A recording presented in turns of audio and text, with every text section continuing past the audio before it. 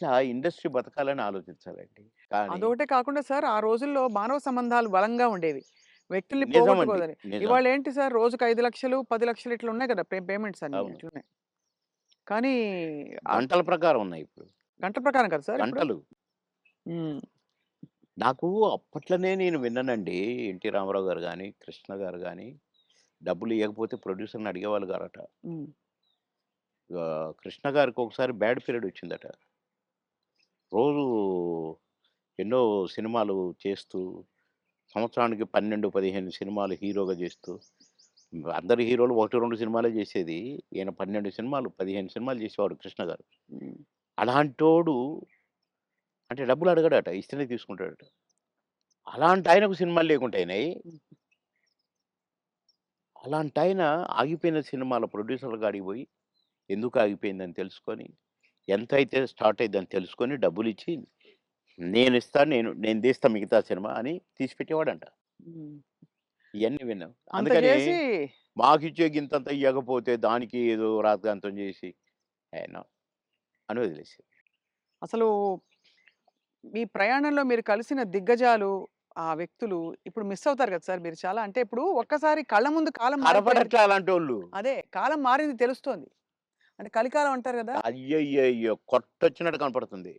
నన్ను రమాప్రమ అని నేను అంటే మాతో పాటు కమెడియన్ అనుకోని, "అరేయ్! రమిగా" అని పిలిచేది నేను. "అరేయ్! రమిగా అరేయ్! ఇటు రారా, ఎవడురా నువ్వు" అని పిలిచేది నేను. బాబు మా కాలంలో ఇట్లుంది. మా సమ మా మా మా కాలం మా అదే మా పీరియడ్ ఏదో అనేదనమాట. హ్మ్.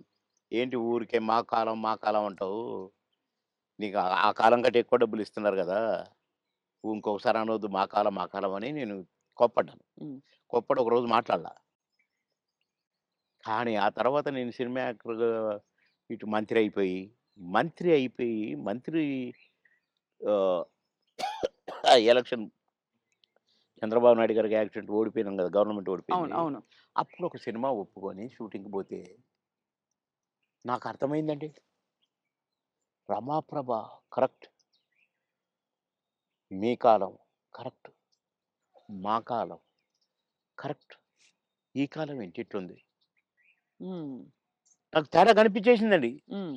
షూటింగ్ దగ్గర ఎంత దరిద్రంగానంటే ఆర్టిస్ట్‌కి విలువ లేదు. అసలు షూటింగ్‌కి విలువ లేదు. ఎవడి పని ఆళ్ళు చేసుకుంటున్నారు. అసలు ఆ కల్చర్ మొత్తం పోయి వీధి నాటకాలేస్తారు చూడండి. అవును. అట్లా కనిపించిందండి నాకు. 'రమాప్రభ యూ ఆర్ కరెక్ట్' అన్నా. అనుకున్న మనసులో. హ్మ్. అవును. అట్లా ఇప్పుడు మా పీరియడ్‌కి, ఈ పీరియడ్‌కి కనపడుతుందండి క్లియర్‌గా. హ్మ్. అవును. అసలు మా సినిమా నాకు ప్రామిస్ చెప్తున్నా, పొద్దున మీతో మాట్లాడిన తర్వాత ఒక్కసారి ఎందుకో అట బ్యాక్‌కి పోతే, కోడి రామకృష్ణ గారు షూటింగ్‌కొస్తే అదొక పిక్నిక్ స్పాట్‌లాగా కనపడేది. ఆయనొస్తుంటే ఆయనెమ్మటే అసిస్టెంట్లు, గిసిస్టెంట్లు నడుచుకుంటా అసలు ఎంత కళ, కళ, కళ. సరదాగుండేది. ఎంత కళగా ఉండేది. ఆ తర్వాత అలాంటి కళ కనపడలేదే అని నాకనిపించింది. హ్మ్. ఎవడికి వాడే ఆ 'జబర్దస్త్' నుంచి వచ్చినోడు వాడొకడు, వీడొకడు, వీడొకడు. మేము స్టార్స్ అని. కానీ మేమెప్పుడు అనుకోలేదే అవును. స్టార్స్ అని.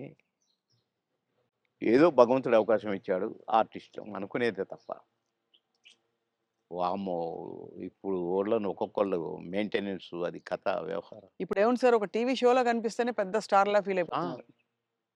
ఒక 'బిగ్ బాస్'కొస్తే ఎక్కడో వెళ్ళిపోతున్నారు వాళ్ళు. అయిపోతున్నారు. తర్వాత వాళ్ళ ప్రొఫైలే మారిపోతుంది. ప్రొఫైల్ మారిపోతుంది.